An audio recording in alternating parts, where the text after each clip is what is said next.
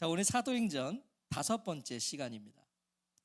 지난 시간에 우리는 하늘로 올려지시기 전에 하신 예수님의 명령, 예수님이 승천하시기 전에 명령을 하나 하셨어요. 그게 뭐죠? 4절이에요. 4절에 보시면 예루살렘을 떠나지 말고 내게서 들은 바 아버지께서 약속하신 것을 기다리라. 이 예수님의 명령에 순종하여 예루살렘의 한 다락방에 모여 더불어 마음을 같이하여 오로지 기도에 힘쓰고 있었던 몇 명, 120여 명의 제자들이 지금 다락방에 모여서 기도하고 있는 걸 봤어요. 제자들은 같이 기도하고 있었고 계속해서 기도하며 무엇을 기다렸습니까? 약속하신 성령님을 기다리고 있었어요. 예수님께서 말씀하셨잖아요. 너희들 약속하신 성령을 기다려라. 그래서 기도로 기다리고 있었어요. 자, 그렇게 얼마의 시간이 흘렀을까요? 얼마나 오랜 시간이 흘렀는지를 우리가 정확히는 알 수 없는데, 이제 이 큰 틀을 보셔야 돼요. 예수님께서 부활하시고 며칠 동안 제자들을 가르치셨죠? 며칠 동안 가르치셨죠? 예, 지금 제가 다 힌트를 드리고 있어요. 40일 동안 하나님 나라를 가르치시고 성령의 세례를 받으라 그러시고 성령의 권능을 사모하라 그러셨어요. 그리고 승천하셨죠. 자, 그 다음에 열흘 후에 오순절날 성령이 임하시는 거거든요. 그러니까 지금 오늘 본문은 그 승천하시고 그 열흘, 이 열흘 사이에 언제쯤이 되는 거예요. 지금 이 열흘 사이에 언제쯤이 되는 건데, 바로 그때 기도 중이던 베드로가 갑자기 일어서서 연설을 하는 것으로 오늘 본문이 시작되는 거예요. 120여 명이 기도하고 있었는데 갑자기 베드로가 일어나 연설을 했다는 겁니다. 자, 15절 같이 읽어볼까요? 시작. 모인 무리의 수가 약 120명이나 되더라. 그때 베드로가 그 형제들 가운데 일어서서 이르되, 예수님의 수제자 베드로가 다시 리더로 등장하는 순간입니다. 12제자 중에 베드로가 수제자였어요. 예수님이 살아계실 때 그는 늘 수제자였지만 이제 예수님 돌아가셨죠. 근데 갑자기 지금 베드로가 다시 리더처럼 등장을 하는 거예요.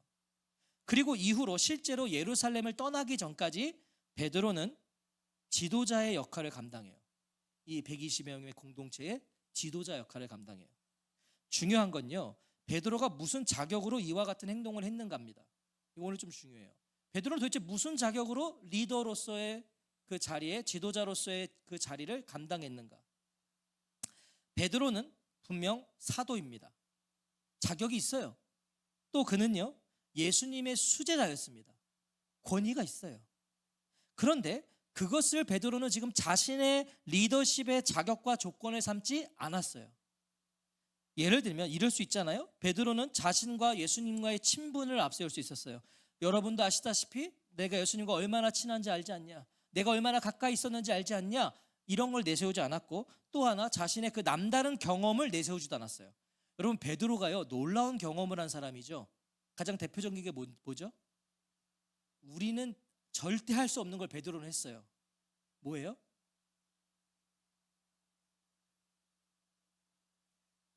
바다 위를 걸어봤잖아요. 여러분, 베드로는 바다 위를 걸어봤어요. 인간 중에는, 예수님 외에 인간 중에는 베드로가 유일합니다. 바다 위를 걸어봐. 그래서 제가 언젠가도 말씀드렸죠. 저는 천국 가면 가장 먼저 베드로에게 그때의 감정을 물어보고 싶어요. 그때 도대체 어땠냐? 베드로 형님 어떠셨습니까? 바다 위를 걸어보신 소감이 어떠세요? 그럼 뭐 얘기해 주시겠죠? 근데 그걸 내세우지 않는다고요. 당신들도 알다시피 나는 당신들이 경험해보지 못한 놀라운 걸 경험한 사람 아니요, 이런 걸 내세우면서 자신의 그런 권위를 내세우지 않았단 말이에요. 자, 보세요. 베드로는 지금 오직 성경의 권위만을 내세우고 있습니다. 그가 일어나서 리더로서, 지도자로서의 역할을 시작했던 동기는 자신의 그 어떤 권위가 아니라 성경의 권위였단 말이에요. 성경의 권위에 의지해 발언을 하고 있어요. 지금 저와 같은 목회자도 마찬가지입니다. 저의 어떤 권위를 가지고 말하면 안 돼요. 성경의 권위를 가지고 말해야죠. 16절을 다시 한번 같이 읽어볼까요? 16절입니다. 시작. 형제들아, 성령이 다윗의 입을 통하여 예수 잡는 자들의 길잡이가 된 유다를 가리켜 미리 말씀하신 성경이 응하였으니 마땅하도다. 자, 우리는 여기서 먼저 교회는 누가 리더가 돼야 되는가? 무엇으로 리더십을 가져야 되는가를 알게 됩니다. 교회는 하나님의 말씀을 최고의 권위로 두며 하나님의 말씀을 가장 위에 두며 그 권위만을 내세우고 그 권위 앞에 순종하는 자가 리더가 되어야 됩니다. 하나님의 말씀을 무시하는 자가 리더가 되면 안 되겠죠. 말씀은 최우선순위고 그 말씀의 권위를 인정하며 그 말씀의 권위에 순종하는 사람이 리더가 되어야 돼요. 그리고 그 리더십을 존중해야 돼요. 그 리더십을 따라야 된다는 거예요. 그러니까 뭐 하다가도 하나님이 이렇게 말씀하셨다 그러면 목사인 저와 우리 모든 성도님 모두가 거기에 굴복해야 돼요. 저는 그런 교회를 꿈꿔요. 성도님들 가운데도 감정이 막 다툴 때가 있을 수 있죠. 그러나 여러분, 예수님께서 서로 사랑하라 하셨습니다. 그럼 거기서 바로 우리 교회는 절대 그런 일이 일어나지 않겠지만 성도들이 막 멱살 잡고 싸우는 교회도 있어요. 그럴 때도 누군가가 원수도 사랑하라 하셨습니다. 그러면 잡았던 멱살도 놓으며 서로 참회하며 눈물 흘리며 기도하는, 그게 교회죠. 바로 그런 리더십을 우리는 존중하고 따라야 된다는 거예요. 자, 기도 중에 있던 베드로가 일어나 꺼낸 이야기는 다름 아닌 뭐였습니까? 가룟 유다에 대한 이야기였어요. 가룟 유다 아시죠? 예수님의 12 제자였습니다. 그러나 그는 예수님을 배반했습니다. 자, 지금 갑자기 베드로가 기도하다가 벌떡 일어나서 성경의 권위를 외치며 이야기를 꺼냈는데 그게 가룟 유다에 대한, 특별히 가룟 유다의 배반에 대한 이야기를 꺼냈단 말이에요. 질문이 생겨요. 왜 갑자기 베드로는 가룟 유다에 대한 이야기를 꺼냈을까요? 여러분, 사실 제자들의 입장에서 가룟 유다의 이야기는 숨기고 싶은 이야기입니다. 자기들의 치부잖아요. 자기들의 참 부끄러운 일이잖아요. 제자 중에 하나가 낙오한 게 어떻게 우리의 좋은 일이겠어요. 그런데 갑자기 베드로가 그 일을 꺼냈다. 자, 실제 그 가룟 유다의 배반은 어제 오늘 일이 아니에요. 지금 꽤 시간이 흘렀습니다. 유다가 예수님을 배반한 거는 십자가에 박히시기 전이잖아요. 지금은 십자가에 박히신 이후에 부활하셔서 40일이 지나고 승천까지 하신 이후의 시간이니까 꽤 시간이 흘렀단 말이에요. 근데 베드로가 왜 갑자기 지금 이 얘기를 꺼내냐는 거예요. 정확한 건 알 수가 없어요. 왜 갑자기 베드로가 이 시간에 일어나서 가룟 유다 이야기를 꺼냈을까? 알 수 없어요. 그런데 베드로와 함께 이 120명의 제자들이 뭘 하고 있었죠? 기도하고 있었어요. 더불어 마음을 같이하여 오로지 기도에 힘쓰고 있었어요. 그 간절하고 열렬한 기도 중에 베드로가 일어나 꺼낸 이야기라면 여러분, 이거 뭘 말해주는 걸까요? 전부가 기도하고 있는 중에 일어나서 꺼낸 이야기라면 이것은 하나님의 감동이었다는 거예요. 기도하고 있을 때에 어떤 하나님의 감동이 베드로에게 임한 거예요. 그래서 일어나서 그 이야기를 꺼낸 거예요. 베드로의 이 말에 다른 120명의 제자들도 모두 공감을 했다는 거예요. 누구도 반론을 제기하지 않아요. 그가 얘기할 때. 이것은 뭘 말해주는 거예요? 이것이 하나님의 감동이었다는 또 다른 증거이죠. 모두가 그것을 공감하고 있잖아요, 지금. 자, 무엇입니까? 기도 가운데 다들 한 마음을 받게 된 거예요. 한 마음. 기억하세요. 교회가 기도할 때 하나님은요, 감동을 주세요. 기도할 때 감동을 주십니다. 하나님의 마음을 부어주시는 거예요. 교회가 기도할 때. 그렇게 한 마음을 품게 하시고 하나가 되게 하시는 거예요. 그러니까 교회가 같이 기도하지 않으면 한 마음을 가질 수가 없어요. 자, 베드로는 먼저 가룟 유다가 어떤 자였는지를 말해줍니다. 자, 17절 읽어볼까요? 시작. 이 사람은 본래 우리 수 가운데 참여하여 이 직무의 한 부분을 맡았던 자라. 무슨 말이에요? 가룟 유다는 우리 이 12 사도 중에 하나였다, 그 말이잖아요. 쉽게 말하면 그도 제자였다, 사도였다. 가룟 유다, 그는 실패했죠. 하지만 그도 분명 예수님의 12 제자였고 사도직을 맡은 자였어요. 그건 분명해요. 이 말은 가룟 유다도 다른 11 제자와 마찬가지로 하나님 나라를 전파하고 병든 자들을 고치게 하려고 예수님께 보냄을 받은 자였다라는 거죠. 예수님이 12 제자를 부르시고 그들을 보내셨잖아요. 가서 너희들이 하나님 나라 가르치고 병도 고치고 귀신도 쫓아내라. 그때 유다도 보냄을 받았어요. 유다도 제자예요. 사도예요. 하지만 그는 예수님을 배반하고 비참한 운명을 맞게 된 거예요. 제자였는데 예수님을 배반함으로 비참한 운명을 맞았어요. 그 운명이 뭐죠? 18절 19절 같이 읽어볼까요? 시작. 이 사람이 불의의 삭스로 밭을 사고 후에 몸이 곤두박질하여 배가 터져 창자가 다 흘러 나온지라. 이 일이 예루살렘에 사는 모든 사람에게 알리어져 그들의 말로는 그 밭을 아겔다마라 하니 이는 피밭이라는 뜻이라. 베드로는 가룟 유다의 비참한 죽음을 생생히 묘사해 줍니다. 그가 어떻게 죽었는지. 그런데 이것은 아마 우리 성경을 좀 읽어보신 분들은 의아할 수가 있어요. 마태의 증언과 다르거든요. 마태는 이렇게 증언을 안 해요. 베드로의 증언과 가룟 유다에 대한 베드로의 증언과 마태의 증언이 좀 달라요. 자, 이 부분은 혹시라도 이제 의문을 가질 수 있기 때문에 제가 잠깐 다룰게요. 자, 마태의 증언대로라면 가룟 유다는 예수님의 몸값으로 받은 은 30을 성소에 던져놓고 스스로 가서 목매어 죽어요. 그게 마태의 증언이에요. 유다는 예수님을 배반한 것에 그 잘못을 깨닫게 돼서 받았던 은 30을 성소에 던지고 가서 스스로 목매어 죽는다고요. 마태복음 27장 5절이죠. 유다가 은을 성소에 던져놓고 물러가서 스스로 목매어 죽은지라. 이게 마태의 증언입니다. 그런데 베드로는 오늘 뭐라고 하죠? 몸이 곤두박질하여 배가 터져 창자가 다 흘러나온지라라고 그래요. 자, 가룟 유다의 죽음에 두 사람의 지금 증언이 달라요.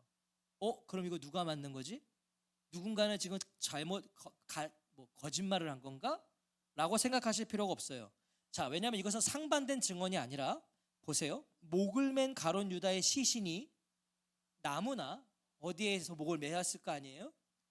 그 시신이 나뭇가지가 부러졌든 줄이 끊어졌든 그 시신이 땅에 떨어져서 배가 터진 거예요. 그래서 창자가 다 밖으로 나왔음을 의미하고 있는 겁니다. 그러니까 이 두 증언이 서로 보충이 되는 거죠. 가룟 유다는요, 시신마저도 온전할 수 없는 끔찍한 죽음을 당한 거예요. 시신도 온전할 수 없는 거예요. 터진 거예요. 또 하나의 차이가 있는데 베드로는 가룟 유다가 불의의 삭, 곧 예수님을 팔고 받은 은 30으로 밭을 샀다고 증언해요. 오늘 본문에 가룟 유다가 밭을 샀다고 그래요. 그런데 마태는 뭐라고 하냐면 그가 성소에 던진 은 30으로 대제사장들이 토기장의 밭을 샀다고 그래요. 자, 그러면 베드로는 분명 유다가 샀다고 그랬는데 마태의 증언대로면 또 유다가 산 게 아니잖아요. 대제사장들이 산 거잖아요. 자, 이것 또한 상반된 증언이 아니에요. 보세요. 가룟 유다는 간접적으로 밭을 샀다는 이야기예요. 자, 이게 왜 그러냐면 그가 은 30을 성소에 던져놓고 스스로 목매어 죽었죠. 근데 이 대제사장들이요, 그가 던져놓은 돈을 받질 않아요. 왜냐하면 부정한 돈이라고 여겨진 거예요. 이 은 30을. 그래서 성소의 금고에 넣을 수가 없는 거예요. 그래서 이들이 그 돈을 가지고 밭을 샀어요. 자, 그러면 보세요. 유다가 던져놨지만 이 돈은 누구 돈이죠? 여전히 유다의 돈이에요. 성소에서 그 돈을 받지 않았으니까. 이건 유다의 돈이에요. 그 돈으로 샀기 때문에 이 밭은 유다가 샀다라고 보는 거예요. 그의 돈이었으니까. 그래서 예루살렘에 사는 모든 사람은 그 밭을 뭐라고 불렀다고요? 아겔다마, 피밭이다. 피밭이다. 대제사장들이 샀으면 이런 이름을 붙이지 않았겠죠. 그런데 이건 유다가 산 것으로 여겨진 거예요. 전부 다 유다의 돈이었기 때문에 가룟 유다와 연관된 모든 것은 지금 부정적으로 불리게 된 겁니다. 피밭이다. 저건 피의 땅이다. 그런데 베드로는요, 이 가룟 유다의 일, 곧 그의 배반과 비참한 죽음 모두가 시편의 성취다라고 말해요. 자, 이거 오늘 또 이것도 중요해요. 이 가룟 유다의 배반, 가룟 유다의 죽음이 뭐의 성취라고요? 구약 성경 시편의 성취다라고 그래요. 자, 우리가 여기서 이제 오해하면 안 됩니다. 잘 들으세요. 가룟 유다의 배반과 죽음이 시편의 예언의 성취다라고 하니까 이렇게 얼핏 우리는 이해할 수 있어요. 하나님이 가룟 유다를 그렇게 계획하시고 그렇게 사용하셨구나. 구약에 이미 예언됐다며요. 그러면 하나님은 애시당초 가룟 유다가 이렇게 배반하고 그를 비참한 죽음을 당하게 하신 거구나 라고 이해할 수 있는데 그렇지 않아요. 자, 먼저 지금 베드로가 인용하고 있는 이 말씀은 그게 몇 절이냐면요, 20절 21절이에요. 20절 말씀. 이 20절에 지금 시편에 기록하였으되 이러면서 그의 거처를 황폐하게 하시고, 이게 다 시편에 나오는 말씀이거든요. 자, 먼저 첫 번째는 시편 69편 25절 말씀이에요. 시편 69편 25절 제가 한번 읽어볼게요. 그들의 거처가 황폐하게 하시며 그들의 장막에 사는 자가 없게 하소서. 자, 이거 지금 가룟 유다에 대한 말인가요? 아니에요. 가룟 유다가 안 나와요. 그렇죠? 시편에는. 자, 이것은 이게 다윗의 시인데요. 다윗이 한 거거든요. 지금 이 시편 69편 25절의 말씀은 다윗이 억울한 일을 당했어요. 지금 그 억울한 일을 당한 다윗이 자신을 괴롭히는 이 악인들에게 하나님 이렇게 좀 해주세요 라고 한 기도예요. 나를 괴롭힌 저들을 하나님 이렇게 해주세요. 그게 뭐예요? 그들의 거처가 황폐하게 하시고 그들의 장막에 사는 자가 없게 해주세요. 이 기도를 한 거예요. 자, 그 다음에 또 이 20절 밑에 보면 그의 직분을 타인이 취하게 하소서. 이것도 시편의 말씀인데요. 이것은 시편 109편 8절의 말씀이에요. 그의 연수를 짧게 하시며 그의 직분을 타인이 빼앗게 하시며. 자, 이것도 마찬가지예요. 다윗이 자신을 괴롭히고 있는 사람들을 하나님 이렇게 해주세요 라고 기도한 거예요. 가룟 유다에 대한 말씀이 아니죠. 그런데 베드로가 지금 이 시편의 예언을 어떻게 하고 있어요? 유다에게 적용을 하고 있는 거예요. 시편의 말씀을 유다에게 적용을 했어요. 하나님이 가룟 유다를 염두에 두고 예언하신 게 아니라 베드로가 그 구약의 시편의 말씀을 이 가룟 유다에게 적용을 하면서 해석을 하고 있었다는 거예요. 왜? 그도 악인이니까. 자, 정리해보면 하나님은 가룟 유다가 그 길을 갈지를 아셨던 겁니다. 하지만 가룟 유다가 그 길을 가게 하신 것은 아닙니다. 이해가 되시나요? 하나님은 가룟 유다가 예수님을 배신할 걸 아세요. 모든 걸 아시니까. 그러나 그렇다고 하나님이 그가 배신하도록 만드신 건 아니다. 가룟 유다가 배신한 거예요. 하나님이 시킨 게 아니라. 자, 25절도 이걸 증언하고 있어요. 25절 한번 읽어볼까요? 25절 시작. 봉사와 및 사도의 직무를 대신할 자인지를 보이시옵소서 하면서 뭐라 그래요? 유다는 이 직무를 버리고 제 곳으로 갔나이다. 하나님이 그렇게 하신 게 아니라 가룟 유다가 직무를 버렸어요. 제 곳으로, 제 갈 곳으로 갔다는 거예요. 하나님이 시킨 게 아니에요. 그가 버렸어요. 그러므로 지금 베드로의 말은 이거예요. 자, 그러니까 시편 109편 8절의 말씀대로 이제 뭐 하자? 그의 직분을 타인이 취하게 하자. 그게 성경의 가르침이니까. 가룟 유다가 버린 사도직을 다른 사람이 대신하게 하자. 이게 베드로의 일어나서 말했던 그 말들의 요지예요. 그의 빈자리를 채우자. 가룟 유다의 죽음이라는 시편의 예언이 성취되었으니까 이제 그 자리를 채우라는 시편의 예언을 성취하자. 이 말씀입니다. 자, 그럼 또 질문이 생겨요. 왜 베드로는 가룟 유다가 버려버린 이 12번째 사도직을 채우고자 했는가? 여러분 11명이면 안 됩니까? 이미 11사도가 있어요. 근데 왜 굳이 꼭 12사도를, 이 12번째 사도를 채우자고 했을까요? 베드로가? 이스라엘에, 자 보세요. 지금 다 뭐하고 있었죠? 기도 중이었어요. 기도 중이던 베드로는요, 지금까지 미처 인지하지 못했던 자신들의 결핍을 깨닫게 된 거예요. 기도하다가 결핍 하나를 깨닫게 되는데 이 12사도의 한 명이 사라진 그 부재를 깨닫게 된 거예요. 지금까지는 몰랐어요. 인지하지 못했던 거예요. 자, 왜냐하면 이스라엘의 12지파는 구약의 증언입니다. 구약의 이스라엘 백성이 12지파잖아요. 하나님이 그렇게 하셨어요. 그리고 이것은 곧 예수님의 가르침이기도 했어요. 누가복음 22장 28절부터 30절에 보면 너희는 나의 모든 시험 중에 항상 나와 함께 한 자들인즉 제자들에게 하시는 말씀입니다. 내 아버지께서 나라를 내게 맡기신 것 같이 나도 너희에게 맡겨 너희로 내 나라에 있어 내 상에서 먹고 마시며 또는 보좌에 앉아 이스라엘 12지파를 다스리게 하려 하노라. 예수님 이미 말씀하셨어요. 그러면 12지파가 돼야 돼요. 12사도여야 돼요. 그렇게 이미 말씀을 하셨잖아요. 12사도를 부르시고 택하신 이유가 이거예요. 12지파를 맡겨야 되니까. 옛 이스라엘이 12지파로 이루어졌던 것처럼 이제 예수님을 통하여 새 이스라엘도 12명의 사도로 시작돼야 된다는 걸 베드로가 깨닫게 된 거예요. 뭐 하다가? 기도하다가. 그러니까 베드로가 깨달은 게 아니에요. 깨닫게 하신 거예요. 기도하다가. 자, 만약에 베드로가 깨달았다고 생각하면요, 베드로 성격 아시죠? 베드로 성격은 불같아요. 성격 급해요. 아마 그 성격에 자기가 깨달았으면 진작에 세웠을 겁니다. 아마 가룟 유다 죽자마자 베드로가 다 모이라고 그러고 야 빨리 한 명 세우자 그랬을 거예요. 자기가 깨달았다면. 아니요, 깨닫게 하셨어요. 언제? 바로 이때. 그와 제자 공동체가 뭐 할 때? 기도할 때 깨닫게 하셨어요. 하지만 단순히 12사도 중 하나였던 가룟 유다가 죽어서 그 자리를 채우자고 한 거 아닙니다. 야, 유다 죽었으니까 한 명 세우자 이거 아니에요. 자, 왜냐하면 보세요. 오늘 이후로 사도들이 또 없어지거든요. 사도행전 12장에 가면 사도 요한이 죽어요.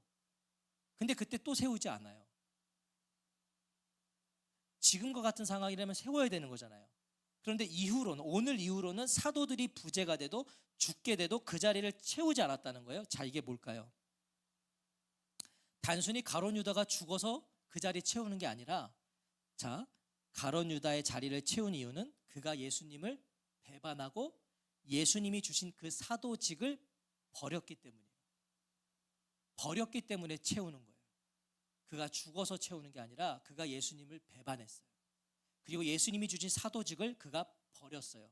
그래서 세우는 거예요. 자, 저는 여기에 은혜가 있어요. 오늘 우리에게 주신 은혜가 있어요. 뭐예요?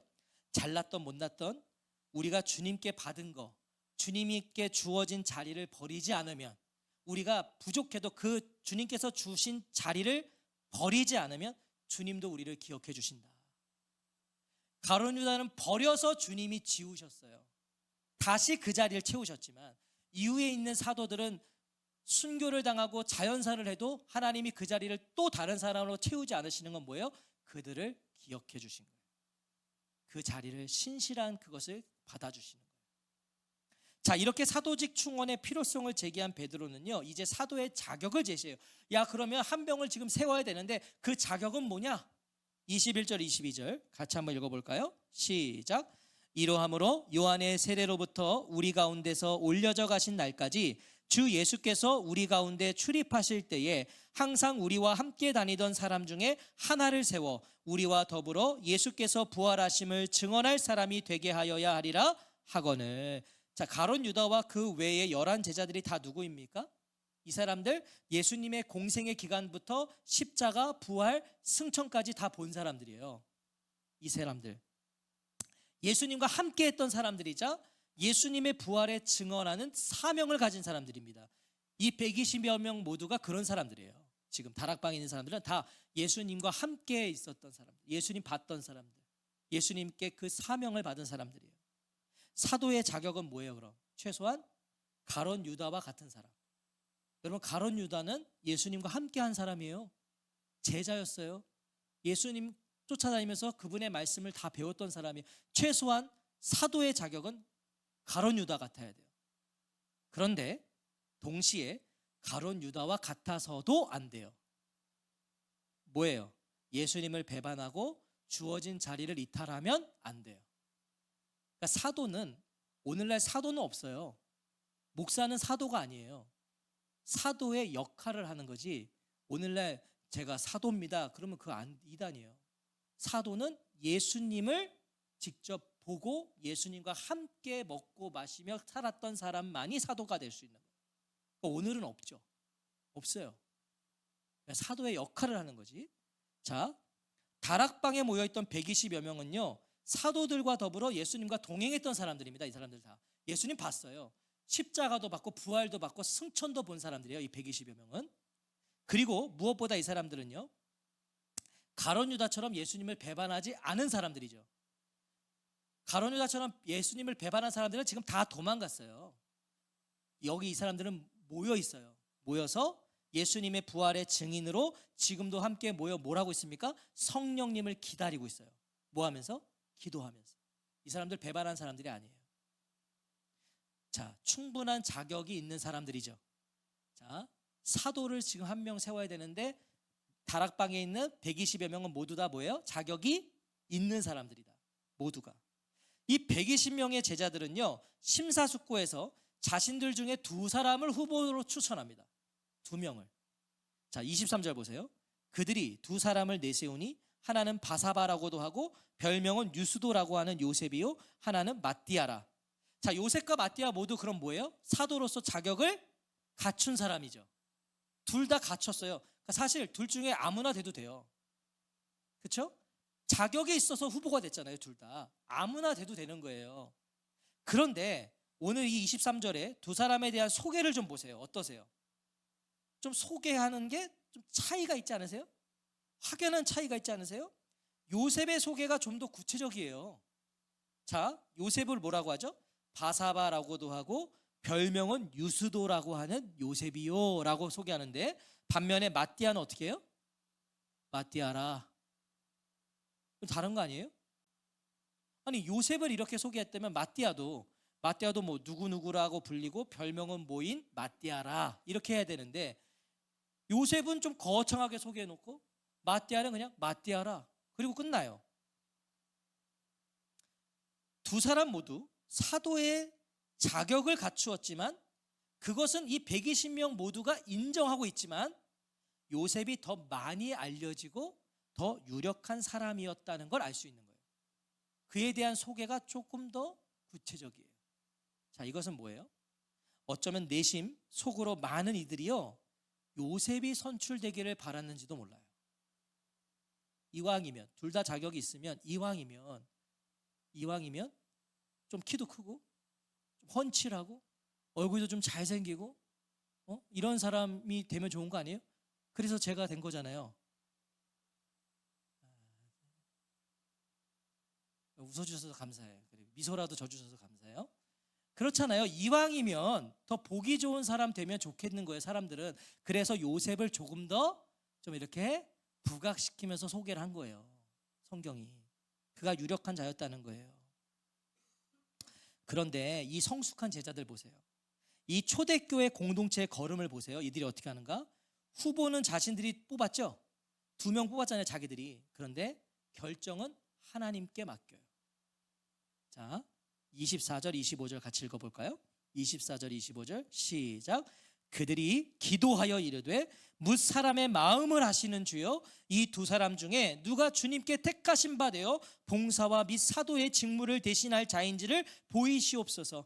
유다는 이 직무를 버리고 제 곳으로 갔나이다 하고. 120명은 다시 뭘 해요? 기도해요. 2명을 후보를 자기들이 선출해 놓고 결정은 뭐예요? 기도해요. 왜? 둘 다 자격이 충분하죠. 둘 다 자격이 있어요. 그리고 이왕이면 보기 좋고 좀 더 유력한 사람이 하면 좋아요. 하지만 중요한 건 그런 외면이 아니잖아요. 그런 겉모습이 아니잖아요. 내면이 중요하잖아요. 속사람이 중요하잖아요. 내 눈에 내 마음에 좋은 게 중요한 게 아니에요. 하나님의 눈에, 하나님의 마음에 좋아야 돼요. 그래서 뭇 사람의 마음을 아시는 주님께 기도하는 거예요. 이게 초대교회 성도들이 했던 일이에요. 기도하는 거예요. 자기들은 솔직히 요셉이 되면 좋겠는데 그런 결정조차도 자기들이 하지 않는 거예요. 기도하는 거예요. 내가 보기엔 좋지만 하나님 보기에도 좋아야죠. 이렇게 두 사람 중 한 사람을 선택하는 일에 먼저 기도했다는 것은요, 이들이 예수님의 제자라는 증거이기도 해요. 자, 왜 그런가 하면 예수님도 그렇게 하셨거든요. 제자들이 그걸 봤어요. 그래서 지금 예수님을 따라서 기도한 건데요, 누가복음 6장 12절과 13절에 보면 예수님이 제자들, 12제자들, 12사도들을 세우시기 전에 먼저 뭘 했는지가 나와요. 이때 예수께서 기도하시러 산으로 가서 밤이 새도록 하나님께 기도하시고 밝음에 그 제자들을 부르사 그 중에서 12를 택하여 사도로 칭하셨어요. 예수님도 뭐 하셨어요? 12사도를 택하기 전에 먼저 기도하셨다고요. 밤새도록. 제자들이 그걸 봤거든요. 그래서 자기들도 예수님을 따라서 기도한 거예요. 여러분, 열심히 계획하세요. 열심히 노력도 하세요. 하지만 언제나 결정은 하나님께 맡기세요. 이게 굉장히 중요한 거예요. 자, 속된 말로 내가 하나님께 기도 한 번도 안 하고 열심히 했어. 내가 하나님한테 기도 한 번도 안 하고 노력했어. 그러나 마지막 이 방점을 찍어야 될 때, 어떤 선택을 할 때, 결정을 해야 될 때는 기도하시라고. 그때만큼이라도 기도로 하나님이 역사하실 공간을 만들어 드리라는 거예요. 하나님이 선택하시기, 하나님이 인도하시기. 기도를 마친 제자들은요, 주님의 뜻을 분별하기 위해 이제 뭘 해요? 제비를 뽑아요. 당시의 제비는 여러 가지 방법이 있는데 그냥 흔하게 생각해보면 이 돌 같은 거에 이름을 쓰는 거예요. 뭐 요셉, 마띠아 써놓고 이제 그거를 막 흔들어서 하나가 툭 튀어나오는 거예요. 자, 그렇게 해서 누가 뽑혔어요? 마띠아가 뽑혔어요. 마띠아의 이름의 의미는 하나님의 선물이에요. 하나님의 선물. 26절 같이 한번 읽어볼까요? 시작. 제비 뽑아 마띠아를 얻으니 그가 11사도의 수에 들어가니라. 자, 여기 보세요. 얻으니 들어가니라. 뭐예요? 사람의 뜻과 의지가 아니었다는 걸 강조하고 있는 거예요. 얻으니예요. 자기들이 취한 게 아니라 얻었대요. 사람의 뜻과 의지로 뽑힌 게 아니라는 거죠. 120여 명의 제자들은요, 이 결과를 하나님의 뜻으로 받아요. 왜? 자, 여러분, 이거 중요해요. 이 120여 명의 여명들은 제비를 뽑아서 마띠아가 툭 돼서 그걸 하나님의 뜻으로 받았대요. 이게 왜 가능하죠? 뭐 했기 때문에? 기도했기 때문에. 여러분, 기도한 사람만이 누릴 수 있는 확신이에요. 기도한 사람만이 누릴 수 있는 신뢰라고요. 그래서 기도가 중요하다. 기도한 사람은요, 어떤 결정이 내려졌을 때요, 그걸 받아들일 수 있어요. 왜? 내가 기도했으니까. 혹 그 결정이 내가 원하던 결정이 아니어도요, 그걸 받아들일 수 있어요. 그래서 자유해져요. 그러니까 기도한 사람만 알 수 있는 거예요. 이거는. 기도 안 한 사람은 어떤 결정이 내려지면요, 또 그거 가지고 자기가 판단하기 시작해요. 이건 아닌데, 이건 이건데 해서 결정이 났는데도 또 다른 길을 가죠. 기도를 안 했기 때문에. 유력한 자로 많은 이들이 볼 때 더 좋아 보였던 요셉이 아니라 마띠아가 뽑힌 거, 이것도 중요합니다. 사람이 볼 때는 요셉이 유력해요. 요셉이 잘났어. 근데 마띠아가 뽑힌 것은 뭘 말해주는 거죠? 인간의 생각과 하나님의 생각은 너무나도 다르다는 거예요. 인간이 볼 땐 요셉이 됐으면 좋겠는데 하나님 보실 땐 마띠아예요. 기준이 다른 거예요. 우리랑 다르신 거 하나님. 하나님은 뭘 보시니까요? 중심을 보시니까. 겉모습이 중요한 게 아니에요. 혹시 이제 우리 삶이 되는 교회가 뭐 제가 부재가 될 수 있잖아요. 은퇴도 할 수 있고, 그 다음에 다른 어떤 목회자를 뽑을 때 절대 겉모습으로 뽑지 마세요. 키 크고 잘생기고 학벌 뛰어나고 뭐 그런 걸로 뽑아서 다 망했어요. 기도하셔서 하나님이 보실 때 좋은 중심이 바로 선 목회자를 세우셔야죠. 그게 중요한 거 아니에요. 못생기면 어때요? 키 좀 작으면 어때요? 그 사람 정말 이 안에 예수가 있고 복음이 있으면 그 사람 세우는 거예요. 그걸 가르쳐 주는 거 오늘 본문이에요. 자, 놀라운 건 구약 때부터 관습을 따라 진행됐던 이 제비 뽑기, 오늘 제비로 뽑았잖아요. 이게 오늘 이날 이후로는 사라져요. 이제 이 신약 성경 뒤에 가보면 제비로 누굴 뽑았다는 얘기가 한 번도 안 나와요. 자, 제비로 뽑힌 사람은 오늘 마띠아가 마지막이에요. 제비 뽑기 안 해요 이제. 왜? 오순절날 약속하신 성령님이 오셨기 때문이에요. 성령님이 오신 후부터는 이제 제비 안 뽑아요. 성령의 강림과 함께 초대교회는 더 이상 제비 뽑기가 아니라 성령님의 인도함을 받아요. 중요한 것 결정을 내릴 때, 주의 일꾼을 세울 때 성령의 인도함을 받아요. 기도로 세우는 거예요. 저 우리 교회가 그런 교회 될 거예요. 제가 우린 투표 안 해요. 뭐 하는 거야 그게? 우리는 충분한 자격 있는 사람들을 세우고 같이 기도함으로, 여러분 자격이 있으면 다 되면 되는 거 아니에요? 누구는 되고 누구는 안 되고. 근데 제가 이렇게 지금까지 목회자로 살아오면서요, 안 된 사람들 보면 안 됐다고 또 상처받아요. 교회도 떠나요. 한두 달 교회 안 나와. 떨어지면 뭐 장로 떨어지고 권사 떨어지면 안 나오더라고요. 상처받아서. 근데 저는 그걸 보면서 뭘 느끼는지 아세요? 잘 떨어졌다. 그래서 안 되는 거예요. 여러분 진짜 크리스천이 정말 그리스도인이라면 떨어졌어도 그걸 그냥 받아들이는 거 아닙니까? 그게 그리스도인 아니에요? 나 떨어뜨렸다고 상처받고 그래서 떨어진 거예요. 정확하게 아시는 거 하나님. 그런 사람이 되면 안 되죠. 또 떨어지는 분들은 또 상처받을 수도 있어요. 우리 교회는 그런 거 없으니까 말할 수 있는 거 아니에요? 뭐 다른 교회가 뭐 막 상처받든 상관없고 우리 교회는 그렇게 안 하니까. 근데 그게 저는 그렇게 느껴지더라고요. 아, 저래서 하나님이 거르셨구나. 성령의 인도함을 받아 세운다고요. 사랑하는 성도 여러분, 이렇게 12사도가 다시 회복이 됩니다. 회복이 돼요. 지금 회복이 돼요. 그리고 우리가 다음 시간에 이제 다음 주에 보겠지만 이 회복된 공동체 위에 성령이 임하신다고요. 자, 이거 중요한 거 아니겠습니까? 회복됐어요. 12사도가 회복된 후에 성령이 임하셨다. 여기 메시지가 있는 거 아닐까요? 본문은 예수님의 승천 이후 오순절 성령 강림이 있기 전에 제자 공동체에게 있었던 일을 증언이에요. 그죠? 지금 승천하시고 열흘 후에 오순절 성령의 강림하시기 그 사이에 있었던 일이 오늘 일이에요. 하나님은 약속하신 성령을 보내주시기 전에 오순절 날이 오기 전에 제자들의 결핍과 부족함과 연약함을 깨닫게 하셨죠. 베드로에게 깨닫게 하셨어요. 우리 중에 사도 하나가 부재하다는 걸 깨닫게 하신 후에 그걸 먼저 해결하세요. 세우세요. 그리고 나서 성령이 임하셨다고요. 중요한 부분이죠. 어린 양의 보혈이 흐르지 않는 곳에는 성령께서 임하실 수가 없어요. 이게 무슨 말이냐면 예수님 앞에서 나의 진정한 결핍과 부족함과 연약함을 깨달아야 돼요. 내가 죄인이라는 걸 깨달아야 돼요. 내가 정말 나에게는 치명적인 결핍이 있는데 그게 바로 죄다. 이걸 깨달아야 돼. 그게 해결돼야 돼요. 그래야 성령이 임하세요. 진정한 회개가 있지 않으면 그 영혼에게는 성령이 임하실 수가 없어요. 예수님이 오셔서 하신 일이 바로 그거 아닌가요? 예수님 오셔서 뭐 하셨죠?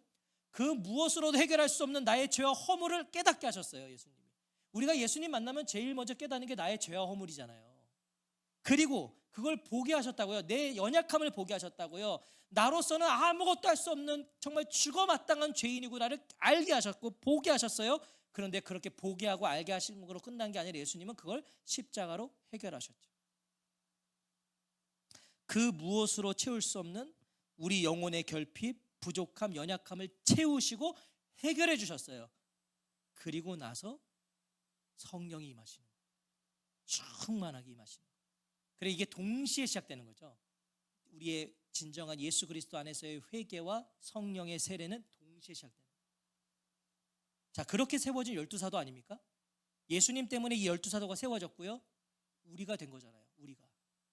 예수님의 십자가와 부활과 승천과 재림을 증거하라고 세우신 증인들이 12사도요. 이 120명의 제자들이요. 우리라고요. 우리. 그런데 가룟 유다는 그 직무를 어떻게 했다고요? 버렸어요. 직무를 버렸어요. 가룟 유다는 이 직무를 버리고 제 곳으로 갔나이다. 주님의 길 반드시 가야 될 길이 아니라 그는 어떻게 했다고요? 제 곳, 자기가 가고 싶은 길로 갔다. 주님이 정하신 길을 가지 않고 제 곳으로 갔다. 이게 유다예요. 배반은 다른 게 아닙니다. 배반은 다른 게 아니에요. 부름의 자리를 버리는 게 배반이에요. 부름의 자리를 버리는 거. 떠나는 거. 가룟 유다는 그 자리를 버려서 비참한 운명을 맞았어요. 직분을 사명을 버림으로 그는 비참한 운명을 맞았다고요. 하지만 맏대아를 보십시오. 그는 내세울 것 하나 없는 자였어요. 여러분 오죽하면 그에 대한 소개는 없어요. 그리고 놀라지 마세요. 맏대아는 오늘 이후로 안 나와요. 성경 끝까지 맏대아 찾으시면 제가 상 드릴게. 안 나와요. 맏대아는 오늘이 마지막이에요. 안 나와. 한 번도 안 나와요. 그는 정말 그냥 평범한 사람, 내세울 것 하나 없는 사람, 그를 소개할 것이라고는 이름 석자밖에 없어요. 맏대아. 그리고 나오지도 않아요. 뒤에는. 그런 사람이었어요. 하지만 맏대아는 이 직무를 버리고 제 곳으로 갔다라는 증언도 없어요. 무슨 말이에요? 그는 주님이 부르시는 날까지 자신에게 맡기신 직무에 신실했다는 걸 말해주는 거죠. 오늘 12번째 사도로 세워졌고 그것을 그는 마지막 눈을 감는 순간까지 신실하게 감당했어요. 여러분 누가 존귀한 인생이죠? 가룟 유다는 똑똑한 사람이었어요. 그는 얼마나 똑똑했으면 재정을 담당했잖아요. 그는 유력한 사람이었어요. 그러나 그는 그 직무를 버리고 떠났고, 오늘 이 마띠아는 정말 아무것도 아닌 사람인데 끝까지 그 직무에 신실했다면 누가 진정 가치 있고 의미 있는 인생이죠? 부름받은 자리 귀하게 여기십시오. 그 자리를 잘 지키세요. 나 같은 자 써주심에 감사하세요. 나 같은 자. 그 자리를 버리지 마세요. 그 직분을 버리지 마세요. 그 사명을 버리지 마세요. 나보다 더 뛰어나고 유력한 자가 있어요. 근데 나를 사용해 주심에 감격하셔야죠. 나 같은 걸 사용하시구나. 더 겸손히 감당해야죠. 더 겸손히. 교회는 가룟 유다처럼 똑똑한 사람, 유력한 사람, 힘 있는 사람, 능력 있는 사람들이 많아짐으로 세워지는 게 아니에요. 장담하는데 그 교회는 망합니다. 유력한 사람, 힘 있는 사람이 막 가득하면 그 교회는 망해요. 점점 변질될 거예요.